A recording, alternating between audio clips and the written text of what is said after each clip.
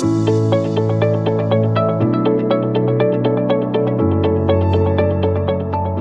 I'm Brent Sinclair and welcome to Knight Frank Newcastle's Commercial Property Update. This month I'm joined by former Newcastle Lord Mayor and the region's largest private developer, Jeff McCloy, who's here to discuss his current projects, his outlook for the region and the challenges being faced in the property development business. Thanks for joining us today, Jeff. Thank you, Brent. I'm not sure if you're saying I'm overweight or something, Brent, the largest. We haven't started off too well, but we'll improve from here. Now, Jeff, the McCloy Group is delivering nearly 6,000 new home sites in over 15 residential communities in the Hunter, New England and Northern Rivers areas, not to mention, and that's over $500 million in infrastructure spend, not to mention other major projects in residential and non-residential sectors of the market. Can you tell us a little bit about the McCloy Group and some of the projects that you're involved with, both past and present? Well, we started off as a building contractor from Belmont, and we progressed from there. Building contracting is a very difficult industry and with high risk and small margins, and I always look to do something else which is allied to building and creating things, and of course property development was well in line. So we started on that many years ago, and grew so quickly, I suppose, and slowly to me, but we stopped building a number of years ago and just concentrated now on property development. Yeah, sure. And some of those projects that you're currently involved with at the moment, or maybe just looking back in the past, what's some of your headline projects that some would recognise around the region? Well, in property development, we built Gill's Tavern and the Gill's Shopping Centre. That was probably our first major introduction into property. But in building days, of course, everyone would know the John Hunter Hospital, and we built that in record time. It was a very successful project with in large a very happy team of people on the project, and I still look back fondly at that, but I couldn't build one again. And what about your project, your residential communities? Can you run us through just briefly some of those projects that you've got going at the moment? Yeah, we're in all sorts of places, Wyee, Taralva, Rutherford, Lochinvar. We've got two at Madawi, one hasn't started yet, Raymond Terrace, Tamworth, Armidale. We're all over the place. Yeah. We're selective about what we do. We don't need to be the biggest, but we've got a niche market which we fitted into, and we think we're pretty good at what we do. Yeah, absolutely. Now, the property industry in Australia has faced several hurdles in recent times. We've had tightening of bank lending, we've had a federal election with the threat of negative changes to capital gains and negative gearing policies. We've also had a softening residential market. What impact has this had on your business, and what's your outlook for the region moving forward? Well, it's property. You have to take a long-term view to property. It comes in cycles which are fairly well known, theoretically in the order of 7 years. If you don't take a long-term view and you're thinking to just make instant profits, you're unlikely to be able to do so. The last election, I think most businesses and people I've spoke to were in holdover mode and weren't sure what was going to happen if the Labor policies got in, but certainly we were prepared to be much quieter than we now propose to be, as I think there's a flavour of many other businesses.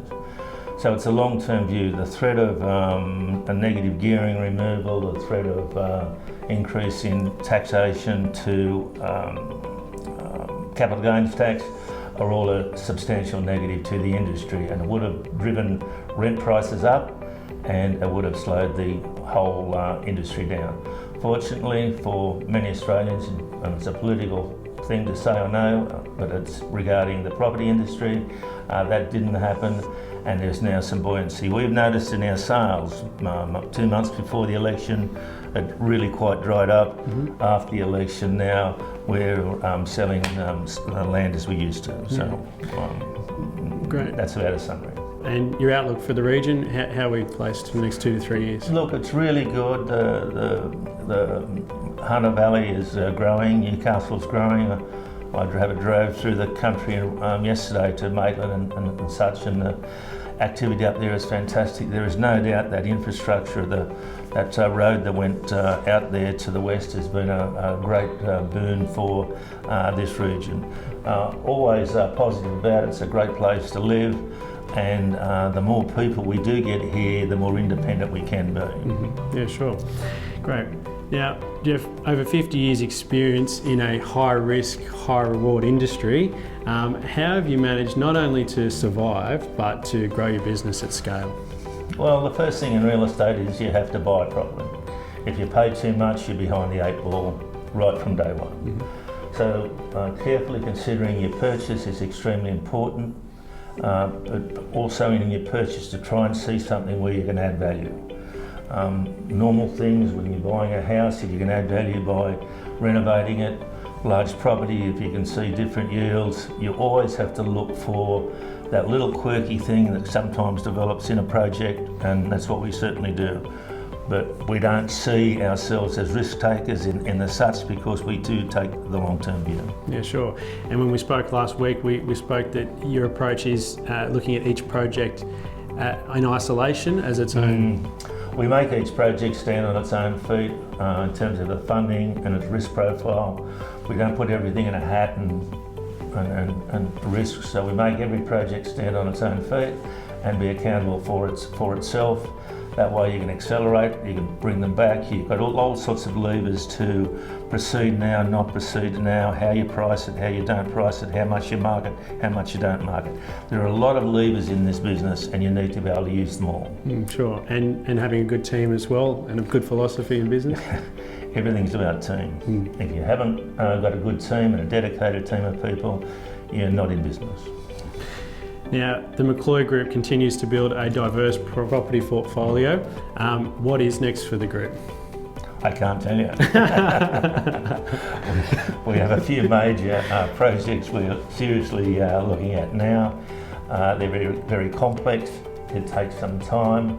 They're very large, but we're doing due diligence as we speak. Sure. And in terms of, I suppose, looking at some of the projects that you are talking about retirement villages, you're working into the retirement villages. We've started a retirement village arm along with John Stevens, another great developer from the Central Coast. Very easy to work with John. We sit in a room, we discuss things, make a decision and move on. So I think we've got quite a number of retirement villages to start. It's a market which is increasing. If you look at the demographics in Australia, we're very confident about that, but we've spent 2 years of work to get to where we are now. So the homework is immense. You have to do your homework. You have to be prepared properly, and we are. Sure. And just on that, whereabouts are you looking at for retirement village? Where are the ones that you've got active at the moment? Well, we're at Medowie, we're at Rutherford, we've got an agreement in principle with Newcastle Golf Course. We're in negotiations with another golf course. We've got John Stevens' golf course development, of course, with the retirement village. We're looking at YE as well. So anywhere where we're holding real estate for subdivisions, we're looking to put retirement villages. Sure. And what about Newcastle City? Are you looking much around the city? No. We've got rid of most of our holdings in Newcastle City, other than the Telstra building and the old Waterboard building, but we have bought a major site, which is the dairy farmers. What are we going to do with it? I don't know. Okay. But it's a great site, and we'll figure it out one day. Sure. Thanks for joining us today, Jeff. It's a pleasure, Brent. That's all from us. Thanks very much for watching, and we'll be sure to keep you updated throughout the year.